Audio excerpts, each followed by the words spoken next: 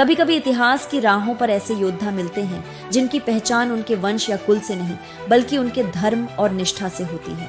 वे केवल शक्ति और पराक्रम से महान नहीं बनते बल्कि इसलिए अमर हो जाते हैं क्योंकि उन्होंने अपने खून और रिश्तों से बड़ा धर्म को माना।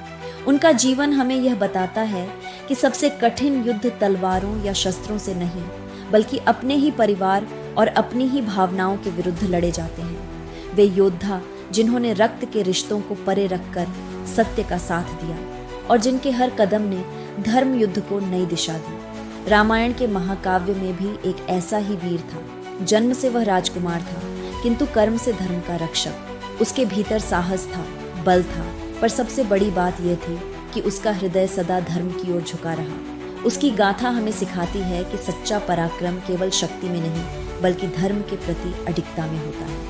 यही उसकी पहचान बनी। यह है युग युग के महायोद्धा का 12वां अध्याय, अंगद। अंगद का जन्म वानरराज बाली और उनकी पत्नी तारा से हुआ। बाली, जो स्वयं इंद्रपुत्र और अतुल्य शक्ति का धनी था, का तेज अंगद में स्वाभाविक रूप से था। उसके नाम का अर्थ है आभूषण या बाहुबंध। जैसे योद्धा के बाहुबंध उसकी वीरता का प्रतीक होते हैं, वैसे ही अंगद का जीवन भी साहस और धर्म का प्रतीक बन गया। किंतु उसका भाग्य केवल शक्ति से नहीं बल्कि परिवार के संघर्षों से तय हुआ। बाली और सुग्रीव दोनों भाई आपसी वैमनस्य में बंध गए। एक समय बाली मायावी राक्षस का पीछा करते हुए गुफा में प्रवेश कर गया। महीनों बीत गए और बाहर प्रतीक्षा कर रहे सुग्रीव को रक्त की धारा दिखाई दी। उसने समझा कि बाली मर चुका है और उसने गुफा बंद कर दी। वह स्वयं राज्य सिंहासन पर बैठ गया, लेकिन बाली जीवित लौटा। उसने देखा कि उसका भाई गद्दी पर है। क्रोध और अहंकार में अंधा होकर उसने सुग्रीव को अपमानित किया, उसे निष्कासित कर दिया और यहाँ तक कि उसकी पत्नी रूमा को भी अपने अधीन कर लिया। यही बाली का सबसे बड़ा पाप था और यही पाप उसे श्रीराम के बाण तक ले आया।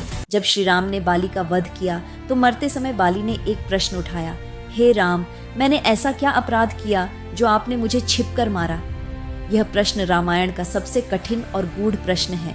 श्री राम ने उत्तर दिया, तुमने धर्म का उल्लंघन किया है, तुमने अपने भाई की पत्नी का अपहरण किया है, राजा होकर तुमने अन्याय किया है और यही कारण है कि तुम दंड के अधिकारी बने। बाली ने अपने अंतिम क्षणों में यह स्वीकार किया कि उसका मार्ग अधर्म का था और धर्म की रक्षा के लिए यह सब आवश्यक था।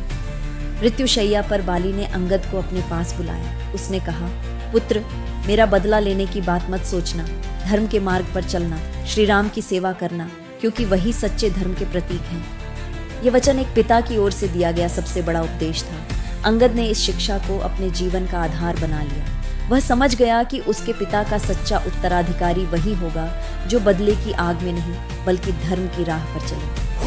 युद्ध शुरू होने से पहले ही श्री राम ने एक कठिन काम अंगद को सौंपा। उन्हें रावण के दरबार में दूत बनाकर भेजा गया। ये कोई साधारण काम नहीं था। राम के सामने पूरी वानर सेना थी, पर रावण जैसे अभिमानी राजा के दरबार में जाकर सत्य कहना केवल वही कर सकता था जिसमें निडरता और अटूट आत्मविश्वास हो। अंगद जब राजसभा में पहुंचे तो उन्होंने बिना झिझके रावण से कहा, सीता माता को लौटा दो और इस विनाशकारी युद्ध से बच जाओ। रावण हंस पड़ा, दरबारी मजाक उड़ाने लगे, लेकिन अंगद ने उनका मजाक सहा नहीं। वह सभा के बीच खड़े हुए और अपने पैर को जमीन में गाड़ दिया। फिर सबको ललकारते हुए कहा, अगर तुम में शक्ति है तो मेरा पैर हिलाकर दिखाओ। एक एक करके रावण के सेनापति, योद्धा और यहाँ तक कि उसके पुत्र भी कोशिश करते रहे, लेकिन कोई भी अंगद का पैर हिला न सका। तब अंगद ने ठंडी मुस्कान के साथ कहा, झुकना ही है तो इस पैर के सामने मत झुको, श्री राम के चरणों में झुको। इस एक घटना ने अंगद की पहचान साफ कर दी। वह केवल शक्ति से नहीं बल्कि धर्म की दृढ़ता से अडिग खड़ा योद्धा था। लेकिन अंगद की भूमिका यहीं तक सीमित नहीं थी। इससे पहले भी उसने बड़ी जिम्मेदारियां निभाई थीं। जब सीता माता की खोज के लिए वानर दल दक्षिण दिशा में भेजा गया, तब अंगद ही उस दल का नेता बना।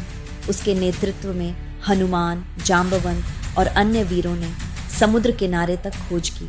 यहीं से हनुमान का लंका गमन संभव हुआ। यानी अंगद ने खोज और नेतृत्व में भी अहम योगदान दिया था। और जब राम सेतु का निर्माण हुआ, तब अंगद भी उन हजारों वानरों में से एक था जिसने पत्थरों और वृक्षों को ढोकर उस सेतु को तैयार किया। ये केवल श्रम नहीं था, ये विश्वास था कि धर्म की जीत के लिए कोई भी कठिनाई छोटी है। युद्ध छिड़ने के बाद अंगद रणभूमि में भी पीछे नहीं रहा। उसकी सबसे बड़ी विजय थी रावण के पुत्र नरांतक का वध। नरांतक रथ पर चढ़कर वानरों का संहार कर रहा था, पर जैसे ही अंगद उसके सामने आया, उसने अपने घातक वार से नरांतक को धराशायी कर दिया। इस जीत से वानर सेना का मनोबल कई गुना बढ़ गया। इस वीर की गाथा हमें सिखाती है कि असली शक्ति केवल शस्त्रों में नहीं, बल्कि धर्म और निष्ठा में छिपी होती है। उसने दिखा दिया कि रिश्तों से बड़ा धर्म है और सत्य का संकल्प सबसे बड़ा पराक्रम है। और इसी के साथ समाप्त होती है युग युग के महायोद्धा की यह श्रृंखला। पर याद रखिए, इतिहास यही नहीं थमता।